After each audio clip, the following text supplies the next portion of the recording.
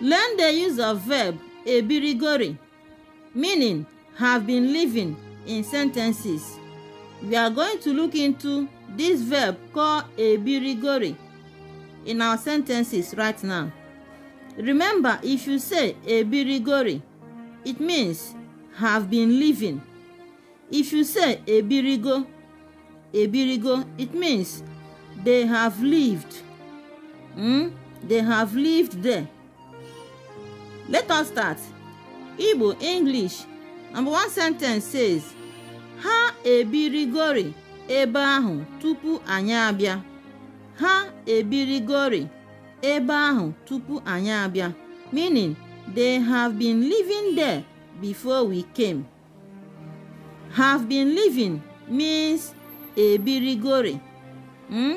If you say ebirigo, meaning have lived, it's just the same thing. Another sentence.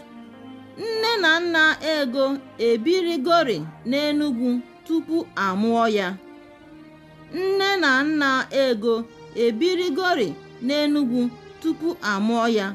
Meaning, Ego's parents have been living in Enugu before she was born. If you say Ego's parents have lived in Enugu before she was born, it's just the same thing. That is, nne na nna ego ebirigo n'Enugwu tupu amụọ ya. Without putting this re, it's just the same thing. But when you put re, ebirigori, it means they have been living there for long. Another one says, ego na enyi ya ebirigori n'ụlọ akwụkwọ tupu ọ banye ogo nke sekọndịrị. Ego na enyi ya ebirigori na ụlọ akwụkwọ tupu ọ banye ogo nke sekọndịrị. Meaning, Ego and her friend have been living in the school before her secondary section. Seen it, they have been living there before her secondary section. If you say they have lived in the school before the secondary section, it's still okay. But when you put they have been living, meaning they have been living for long.